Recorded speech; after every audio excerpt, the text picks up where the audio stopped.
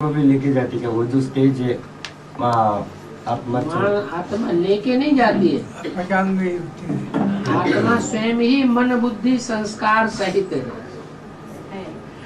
मन बुद्धि संस्कार को ही आत्मा कहा जाता है। मन संकल्प विकल्प करने वाला वो शक्ति आत्मा की ही है, और फैसला करना निर्णय करना ये भी शक्ति आत्मा की है। और आत्मा में ये जो दोनों शक्तियां हैं, संकल्प शक्ति और फैसला करने की शक्ति, परखने की शक्ति, ये दोनों शक्तियां संस्कारों को अपने में तिरोहित करती रहती है। जैसे जैसे कर्म करते हैं वो संस्कार बढ़ते रहते हैं। अच्छे काम करेंगे तो अच्छे संस्कार, बुरे काम करेंगे तो मन बुद्धि में बुरे संस्कार समाते रहते हैं। तो संस्कारों का जखीरा आखिरी जन्म में इकट्ठा हो गया। बुरे संस्कार अभी रील घूम रही है 63 जन्मों की। जैसे जैसे हमने कर्म किए हैं 63 जन्मों में, वो अभी हमारे सामने आ रहे हैं संकल्पों के रूप में, स्वप्न के रूप में। मनुष्य हिसाब भी तो लेते हैं ना। हम पुरुषार्थ अच्छा करना चाहते हैं,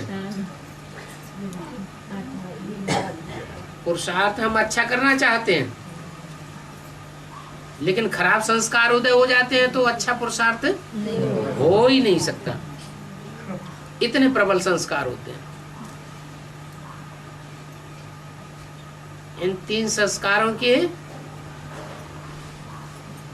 विस्तार को दिखाने के लिए 3 मूर्तियां बताई दी। क्या? ब्रह्मा मूर्ति मन की यादगार है, और शंकर तीसरा नेत्र बुद्धि की यादगार। और इनमें भी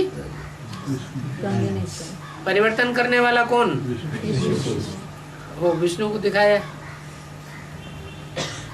कि आखिरी में संस्कार परिवर्तन होंगे कैसे।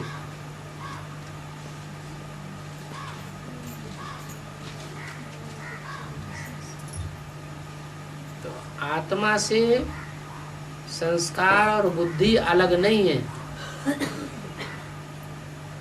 मन बुद्धि को ही आत्मा कहा है।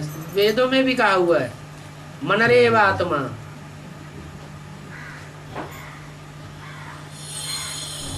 आत्मा मन ही है और कुछ नहीं है।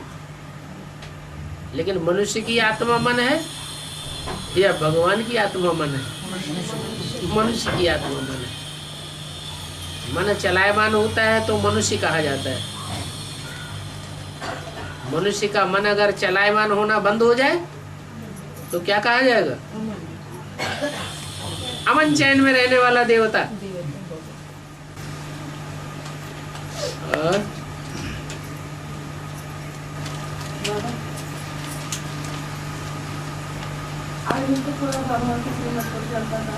पूरा चलता था, पूरा चलता था तो मना क्यों कर दिया? युद्ध करने के लिए मना क्यों कर दिया अर्जुन ने?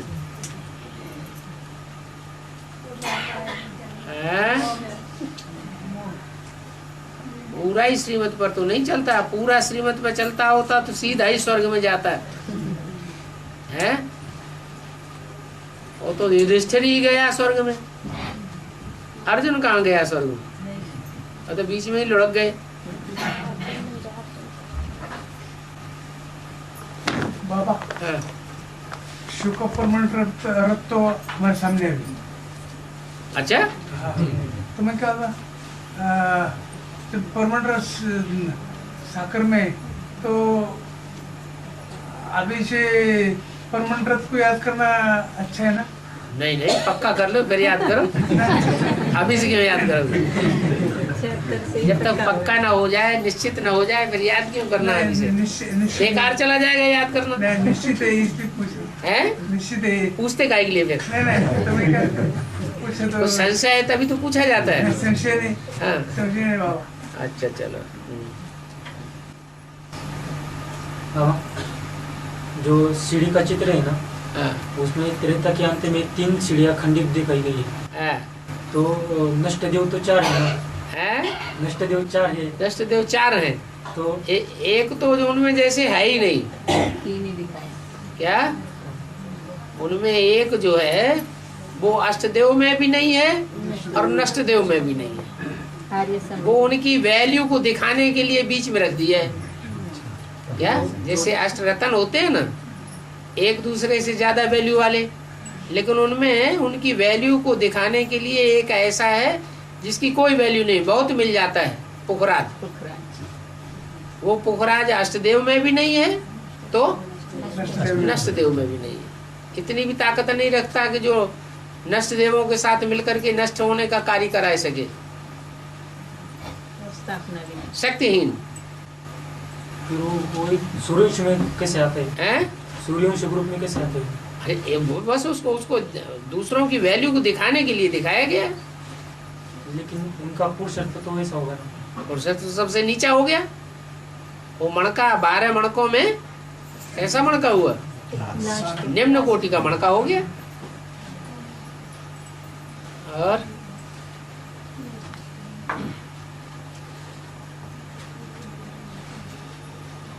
वास्तव में 3 ही नष्ट करने का कार्य करते हैं, इस्लामी, बौद्धि और क्रिश्चियन। और इनके सब दूसरे दूसरे धर्म छेड़े हैं, सहयोगी धर्म।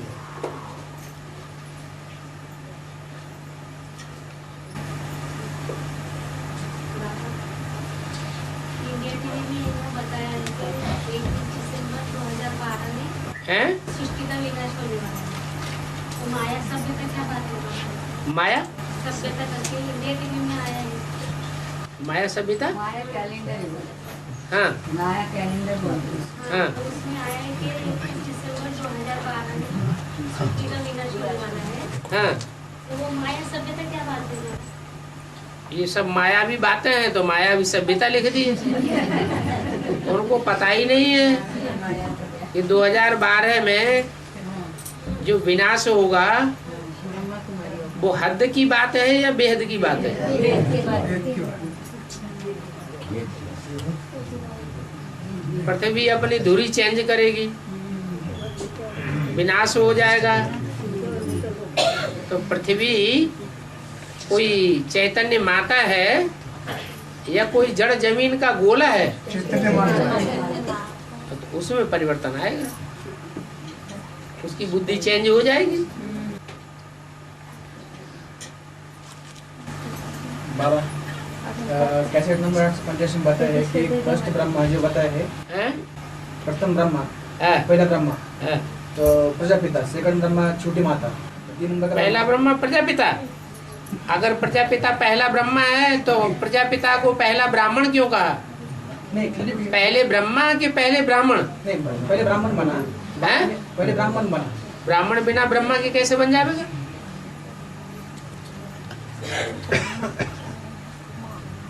ब्राह्मण बने बगैर प्रजापिता था क्या? पहले ब्राह्मण बना। प्रजापिता पहले तो ब्राह्मण बने, ब्राह्मण तब बने जब ब्रह्मा की औलाद बने। ब्रह्मा जो नाम है वो समझने समझाने वाला है या सुनने सुनाने वाला है? तो सुनने सुनाने का काम तो कोई भी कर लेगा। नहीं, ब्रह्मा के जो साक्षात्कार हुए उसका रहस्य खोल दिया हैं? ब्रह्मा का जो साक्षात्कार उसका रहस्य खोल दिया। क्या खोल दिया? रहस्य उसका अर्थ। ब्रह्मा का जो रहस्य खोला वो तो समझने समझाने की बात होगी। हाँ वो तो प्रजापिता के द्वारा हुआ। हाँ, तो वो 1 नंबर हो गए। तो प्रजापिता तो पहला ब्राह्मण है, पहला ब्रह्मा नहीं है। प्रजापिता को भी सुनाने वाला कोई और है क्या? हाँ।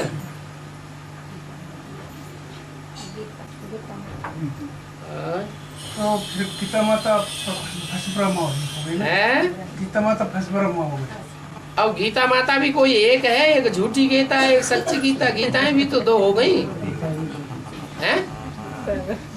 एक गीता सुनने सुनाने का काम करती है और एक गीता प्रैक्टिकल में समझने समझने परिवर्तन का कार्य करती है। तो कौन सी सच्ची गीता हुई? परिवर्तन करने वाली जो सच्ची गीता है वो 1 सेकंड में ब्रह्मा से विष्णु बनाए देती है।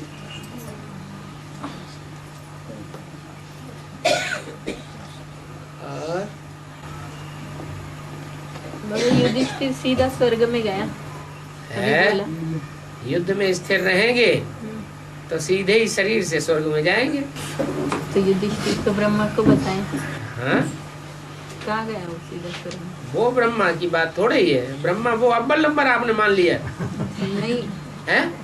फिर उस अर्जुन ब्रह्मा को आपने अव्वल नंबर मान लिया। मान तो लिया, तभी तो कह रहे हैं दादा लेखराज अव्वल नंबर ब्रह्मा है क्या? नहीं है। अव्वल नंबर ब्रह्मा तो वो है जो प्रजापिता। अव्वल नंबर विष्णु बनता है। प्रजापिता प्रजापिता भी अव्वल नंबर ब्रह्मा नहीं है। पहले ब्रह्मा या पहले ब्राह्मण? ब्राह्मण पहले। ब्रह्मा की औलाद ब्राह्मण कहा जाता है।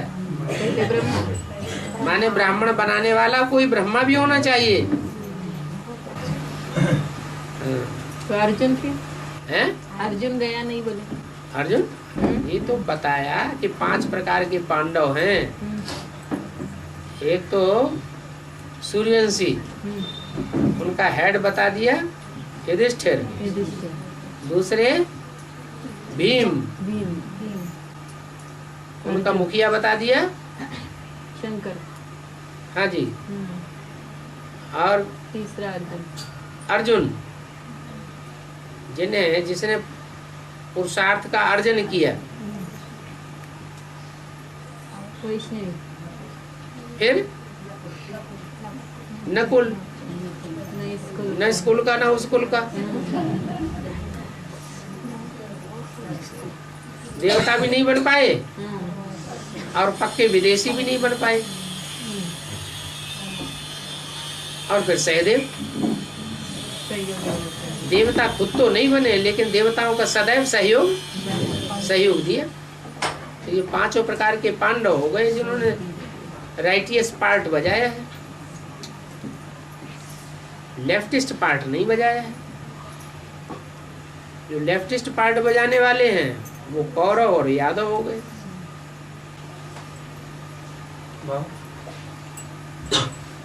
शंकर शिव समान बन जाता है। हैं? शंकर जब शिव समान बन जाता है तब हाँ। तब शिव का प्रैक्टिकल में जन्म होता है। वो वही शिव का प्रैक्टिकल जन्म होगा। प्रत्यक्षता किसकी होगी? साफ- जो गुप्त है उसकी प्रत्यक्षता होनी है क्या? जो गुप्त है उसकी प्रत्यक्षता होनी है। अब एक ऊपर वाली सोल, एक नीचे ऑलराउंड पार्ट बजाने वाली सोल। नीचे ऑलराउंड पार्ट बजाने वाली सोल भी सारी मनुष्य सृष्टि का पिता है, जगत पिता। क्या 2500 वर्ष की हिस्ट्री में किसी ने उसको पहचाना क्या? इस सृष्टि पर तो रही कि नहीं रही? इस सृष्टि पर हीरो पार्ट बजाया या नहीं बजाया? बजाया, लेकिन फिर भी किसी ने पहचाना नहीं। ऊपर वाला जो सर्वशक्तिमान है वो भी सृष्टि पर आता है, वो भी गुप्त। तो दोनों की प्रत्यक्षता एक दूसरे के सहयोग से होती है। अगर ऊपर वाला ना आवे तो प्रजापिता की पहचान नहीं होगी। अगर प्रजापिता ना हो तो ऊपर वाले को कोई पहचानेगा नहीं। अरस परस है।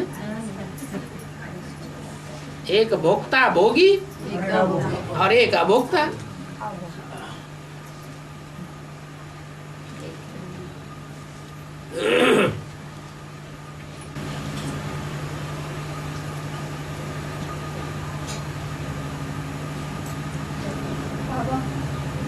एडवांस पार्टी को वरदान दिया ना, एक ज्ञान में आएंगे तो परिवार वाले सब आएंगे, तो कब टूलेट का बोर्ड लगने से पहले आएंगे।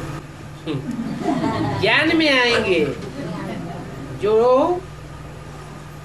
पहली डायनेस्टी है दुनिया की, उसकी भी विशेषता है। क्या विशेषता है? कि जो भी प्रजा वर्ग के लोग होंगे वो सब ज्ञानी तू आत्मा होंगे, सब ज्ञान में चलने वाले होंगे। अब प्रजा वर्ग वाली आत्माएं कोई राजपद थोड़ा ही पाती है, तो वो तो फिर 9 लाख होंगे ना। है 9 लाख जिंदा रहेंगे, 9 लाख होंगे ना। 9 लाख जिंदा रहेंगे। जिंदा कितने रहेंगे? 4.5 लाख ही है। तो 4.5 लाख जो है वो सब ज्ञानी तू आत्माएं होंगे। अब वो आज ज्ञान में चले या बाद में ज्ञान में चले, जब टू लेट का बोर्ड लग जाएगा तो ज्ञान में तो चलेंगे। ज्ञानी आत्मा में गिनती तो होगी उनकी, ज्ञान में उनका रस बढ़ जाएगा, लेकिन ऊंच पद नहीं पाएंगे। इसके पहले आएंगे क्या बाबा? माता कहती है कि हमारे घर वाले ऊंच पद भी आना चाहिए है? हम लक्ष्मी नारायण बने न बने, घर वाले जरूर बनना चाहिए, चाहे कितना भी अपोजिशन करें। पर अभी सुनते नहीं ना, अभी बहुत बोलते तो सुनते नहीं। हाँ तो बता दिया ना, सदगुरु निंदक और न पावे, उन्हें उतनी ऊंची स्थान नहीं मिलेगा जितना हाँ औरों को मिलेगा, पुरुषार्थ करने वालों को। फिर वो भी तो अव्वल नंबर प्रजा है ना, है प्रजा भी तो अव्वल नंबर प्रजा होगी। कहाँ दूसरी डायनास्टी की प्रजा, कहाँ सतयुग की 8वीं डायनास्टी की प्रजा। प्रजा में अंतर तो होगा। वो प्रजा भी तो जो नीची डायनास्टी की प्रजा होगी वो भी तो कन्वर्ट होने वाली होगी, और फर्स्ट डायनास्टी की प्रजा नहीं, तो कन्वर्ट होने वाले होते ही नहीं है। कन्वर्ट होने वाले नहीं, कल के अंत में तो कन्वर्ट होंगे ही ना। वो आखिरी जन्म में तो सब कन्वर्ट हो, माया किसी को छोड़ती नहीं है।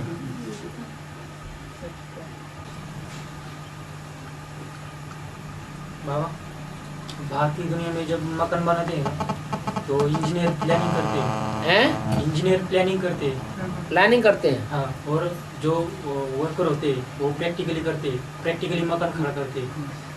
तो जो वर्कर के हिसाब से इंजीनियर को ज़्यादा मतलब पैसा मिलता है और वर्कर को कम मिलता है।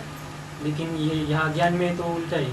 कहाँ उल्टा है? विजयमाला को ज़्यादा विजयमाला होगी, विजयमाला जो रानी बनती है जन्म जन्मांतर अधीन रहेंगी राजा की, वो ज्यादा सुखी हो गए। अधीन को ज्यादा सुख होता है या स्वाधीन को ज्यादा सुख होता है? स्वाधीन ज्यादा सुखी रहता है। फिर भी रुद्रमाला के मन को रुद्रमाला के मन के शिव की माला है, वो तो विजय माला है। तो कौन सी माला ऊंची? रुद्रमाला के मण के बनना है, खुशनसीबी है। ये भगवान की माला है। रुद्र से ऊंचा कोई और है क्या? ज्ञान ही किसका है? रुद्र ज्ञान है, विष्णु ज्ञान है कि थोड़ा ही कहा जाता है। अरे वैष्णवी देवी भी ज्ञान लेगी तो किससे लेगी? ज्ञान धन उसको कहाँ से मिलेगा? नारायण से मिलेगा। डायरेक्ट मिलेगा सामने। डायरेक्ट न सही, डायरेक्ट क्यों मिले? जब नियम बना हुआ, दुर्योधन दुशासन से ज्ञान लिया हुआ अच्छा ज्ञान नहीं है क्या? तो किससे लेना चाहिए?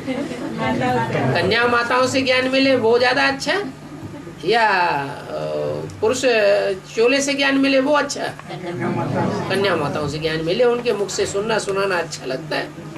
भगवान नारायण तो पैसा देता है ना, देने वाला तो है। बाबा जो मनन चिंतन मंथन करेगा वही देने वाला होगा। अपनी घोट तो नशा चढ़े। तो बीच में काय को किसी हैं? माता गुरु को कन्या माता पवित्र रहती है ना। पवित्रता, पवित्र झोली में ज्ञान टेकेगा या अपवित्र बुद्धि में ज्ञान टेकेगा? उसमें तो एवर फीवर है ना, हैं? उसमें एवर फीवर है। हाँ जी, प्योरिटी की बात है। बाबा हाँ। 4 ब्रह्मा में एवर पहला फीवर ब्रह्मा है ना। वैष्णवी देवी है। हैं? 4 ब्रह्मा में हाँ, पहला ब्रह्मा वैष्णवी, हाँ, बिल्कुल सही बात।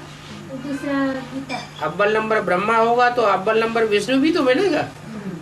दूसरा गीता गीता कमला जी, ठीक है ब्रह्मा। और तीसरा ब्रह्मा मतलब कृष्ण वाले, क्यों? और चौथा कृष्ण वाली आत्मा प्रजापिता ब्रह्मा नहीं है? नहीं है। पूरा ही दुर्योधन तो शासन बना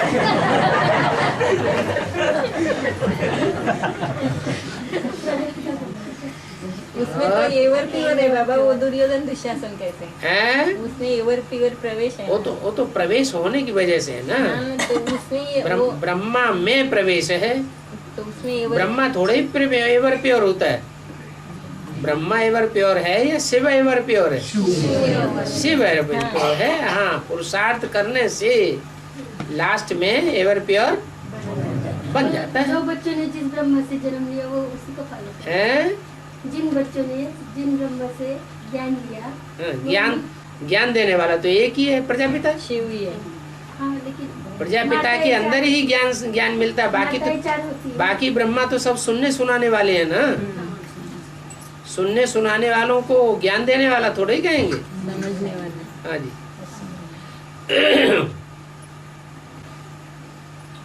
बाबा, सच्चे योगी को दिन में कितने बार खाना खाना चाहिए? क्योंकि योग सीखा होता है, भूख नहीं लगती। जो योगी रहता है उनको देह बांधने रहता है और उसको खाया क्या नहीं खाया क्या। सोना कितनी बार चाहिए? सोना तो एक ही बार। एक ही बार सोना चाहिए, एक ही बार खाना चाहिए, एक ही बार सफाई करने जाना चाहिए, एक बार योगी, 2 बार भोगी और 3 बार रोगी। दिन में खाना क्या रात को खाना हैं? एक बार बोले तो दोपहर को क्या रात को? हाँ, जब भूख लगे खूब कस के तब खा लो।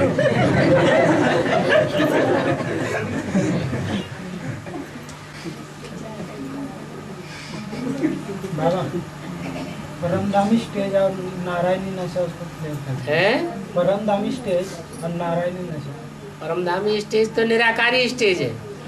नारायण तो आनंद का सागर है या शांति का सागर है? तो आनंद में रहता है। मौज में रहो और दूसरों की मौज कराओ। तो आनंद में रहना तो ऊंची स्टेज हो गई ना। शांति धाम है तो ऊंचा धाम, लेकिन शांति से भी ज्यादा ऊंची स्टेज कौन सी है? मुक्ति की स्टेज ऊंची है या जीवन मुक्ति की स्टेज ऊंची है? जीवन मुक्ति स्टेज ऊंची है। जीवन में रहते हुए भी शांत भी रहे और सुखी भी रहे, यही मनुष्य जीवन का लक्ष्य है असली।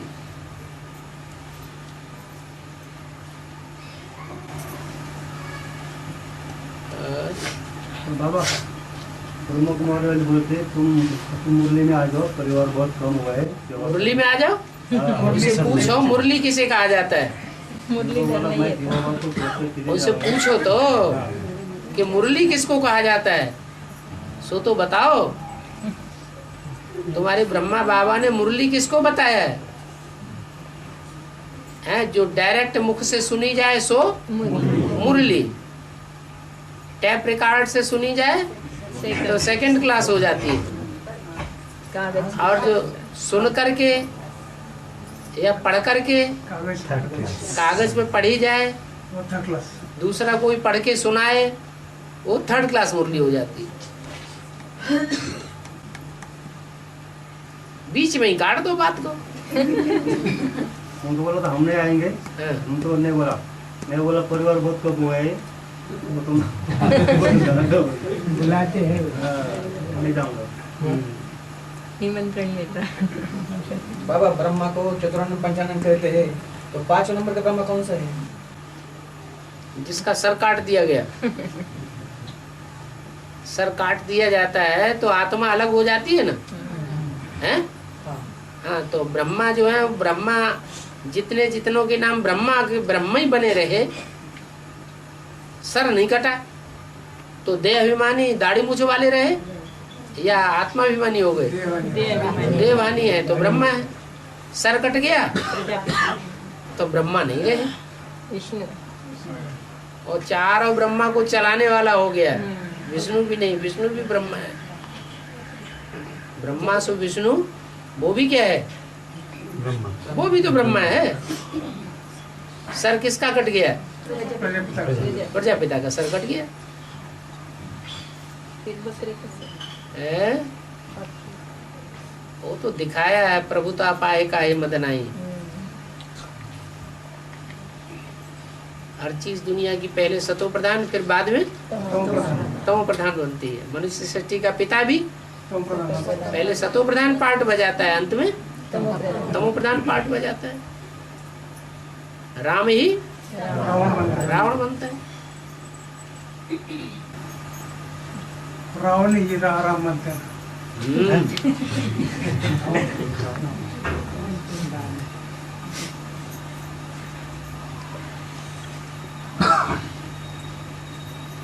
अति का अंत होता है।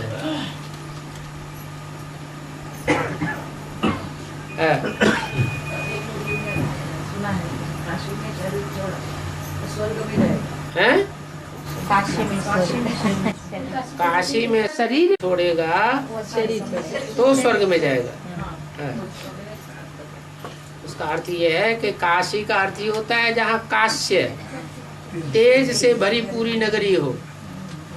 क्या? काशी के सारे कार्य बाबा की याद से चलते हैं। याद में अगर रहेंगे तो जैसे बाबा ही सारे कार्य कराता रहेगा, हमको अलग से कोई पुरुषार्थ करने की दरकार नहीं रहेगी। तो ऐसा प्रभाव है काशी का। वहां जाकर के जो जीते जी देह भानु को छोड़ेंगे, क्या देह के संबंधियों, देह के पदार्थों से बुद्धियों तोड़ेंगे तो वो फायदे में रहेंगे।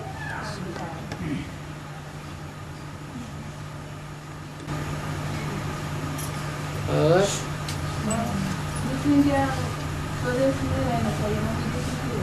कौन?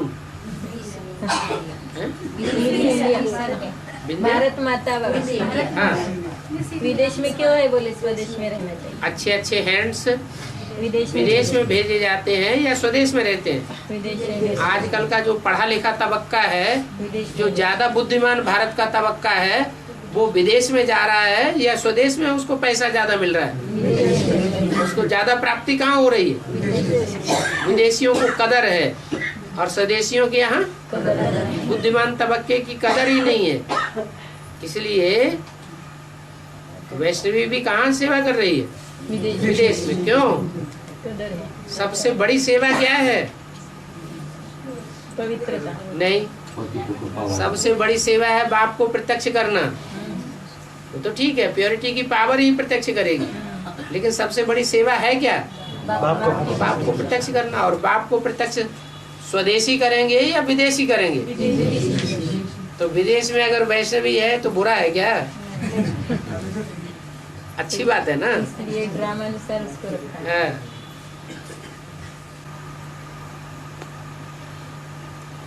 बाबा, आत्मा ज़्यादा से ज़्यादा 2 जन्म स्त्री की और 2 जन्म पुरुष के लिए की, लेकिन वार्तालाप 200 में बोला है, वार्तालाप 200 नंबर की सीढ़ी में कि जो सतयुग और त्रेता रहते हैं उधर, सतयुग में, सतयुग और त्रेता स्वर्ग में एक जन्म स्त्री और 1 जन्म पुरुष, मतलब वो हाफ बैलेंस रहते हैं। और जब से द्वापर शुरू होते हैं 2 जन्म स्त्री के और 2 जन्म पुरुष के, बैलेंस टूट जाता है। तो सतयुग त्रेता में 1 जन्म पुरुष और 1 जन्म स्त्री ऐसे होते हैं। मतलब इसलिए रहते हैं कि वहाँ बैलेंस होता है, आत्मा और शरीर का बैलेंस होता है। और द्वापर में देहवान बढ़ जाता है, बैलेंस टूट जाता है। इसलिए कभी कोई स्त्री के जन्म ज्यादा लेता है, कभी कोई पुरुष के जन्म ज्यादा लेता है। लेकिन बाबा शूटिंग यहाँ होती है। लेकिन बाबा जो हीरो पार्ट धरी वो द्वापर और कलयुग में ही जन्म लेते हैं पुरुष के। कौन? हीरो पार्ट धरी, हीरो पार्ट धरी प्रजापिता।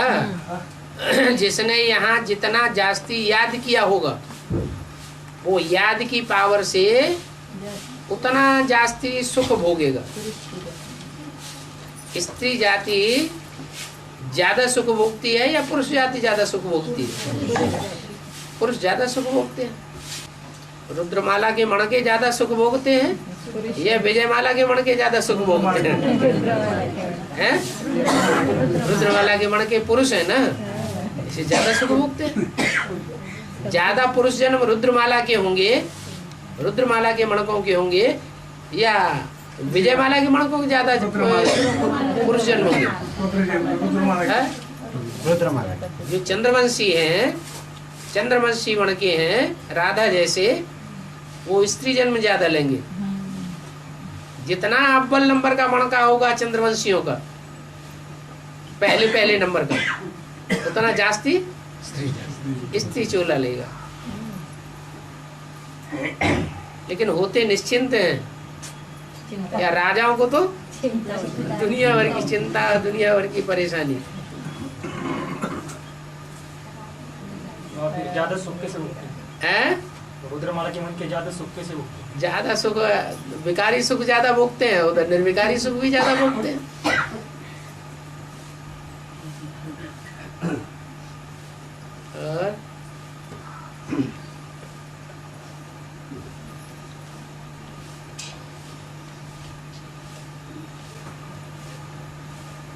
और ज्ञान इतना क्लियर है कि अभी थोड़े दिन में ना बीके वाले सब दौड़ दौड़ेंगे। इतना क्लियर है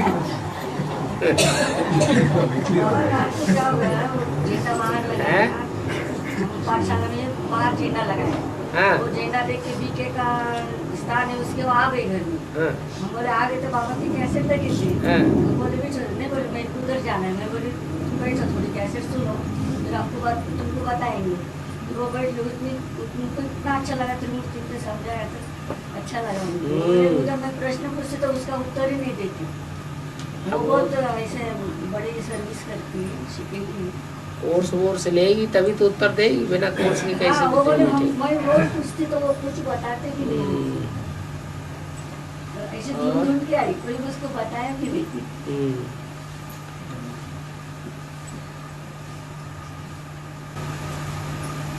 बाबा तीखी दृष्टि और मीठी दृष्टि में आते तीखी दृष्टि और मीठी दृष्टि से फर्क क्या करो? किधर से बोल रहे हैं? हाँ, और उसमें वो सिर्फ लास्ट टाइम में देंगे। क्लास टाइम में क्या नहीं है? लास्ट टाइम में ही देंगे तीखी दृष्टि और मीठी दृष्टि। वो पूछ रहे तीखी दृष्टि और मीठी दृष्टि में क्या फर्क है? बाबा बहुत तीखी दृष्टि देंगे, बच्चे ठहर नहीं सकेंगे, ऐसा मुरली का वाक्य है ना, इसके बारे में वो पूछ रहे कि मीठी और तीखी दृष्टि में क्या अंतर है? एक मीठी दृष्टि होती है खुशनुमा प्यार भरी दृष्टि, जैसे माँ बच्चे को देखती है तो प्यार से देखती है ना, और एक होती है प्यार तो नहीं है लेकिन शक्ति बहुत भरी हुई है। सुधारना है क्या? यानी कि धर्मराज का पाठ। हाँ जी, वाइब्रेशन, जैसे कोई अगर गंदे संकल्प चलाना भी चाहे नहीं चलेंगे तो नहीं चलेंगे।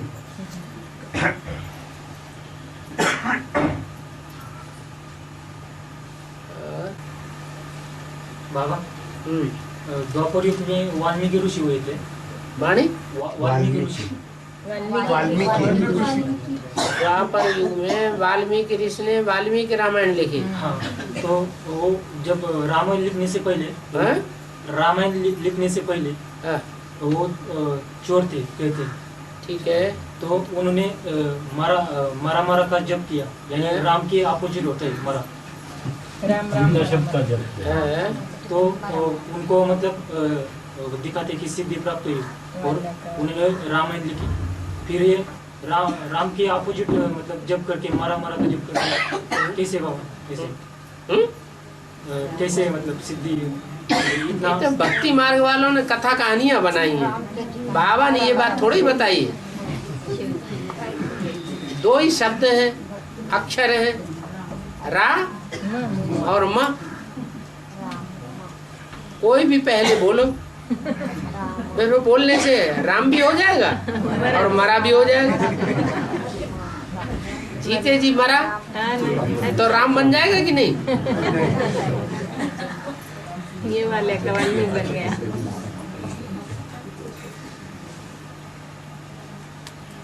राम बोलिए अपना। तो ऊपर पर छत्ती बना दी, वो भी सब भर गई है। इधर खाली होगा। अभी भाइयों की साइड में खाली है, वो भर गई है? बीके वाली बात। जब आप चढ़ने लगेंगे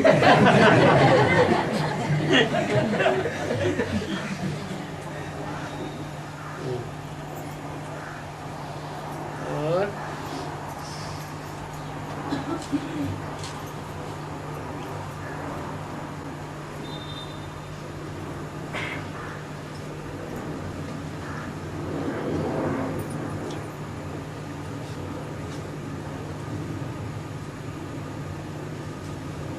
बाबा जब हमको तमिल लिखते हैं तो 3 बार बाबा माफ करते हैं, मतलब है? 3 बार माफ करते हैं और चौथी बार माफ नहीं करते। माफ तो होता है, बताया तो कम से कम, हाँ सच्चाई। छुपाया तो नहीं, लेकिन परसेंटेज कम हो जाती है। पहली बार जो दिया होता मिल तो आधा माफ हो जाता है क्या, दूसरी बार फिर दिया तो परसेंटेज घटनी चाहिए कि नहीं घटनी चाहिए? ये आधा ही माफ होता रहेगा।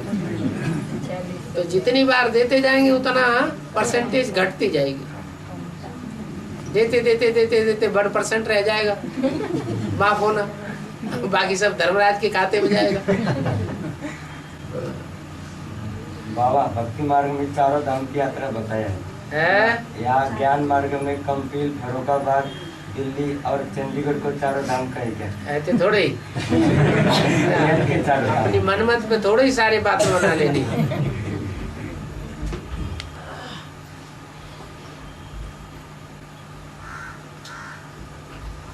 बाबा अभी भट्टी का किधर होती, कंपिल में क्या फर्रुखाबाद है? फर्रुखाबाद में ही हो रही।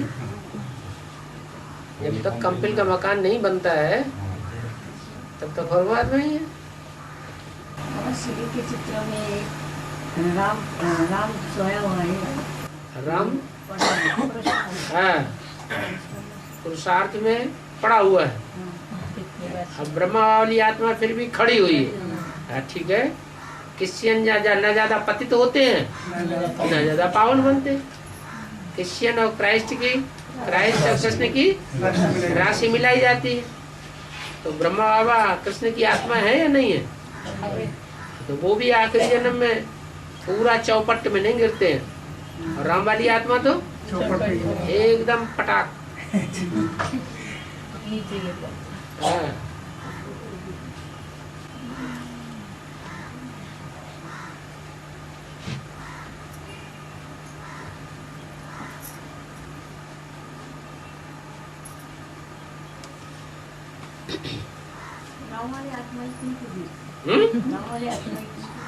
इतनी क्यों गिरी? जो गिरेगा नहीं तो उठेगा कैसे? जितना गहरा गड्ढे में जाएगा उतनी ज्यादा हाई जंप लगाएगा, जितना ऊंचा जाएगा उतना नीचे आएगा कि नहीं आएगा, कि बीच में अधर में लटका रहेगा।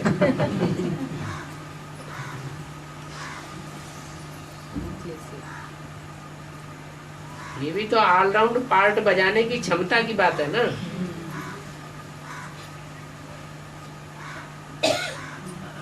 आत्मा में ज्यादा से ज्यादा दुख सहन करने की शक्ति होगी तो सुख सहन करने की भी शक्ति होगी। शक्ति दोनों प्रकार का काम करती है, सुख सहन भी करती है, सुख भी भोगती है, तो दुख भी जास्ती भोग सकती है।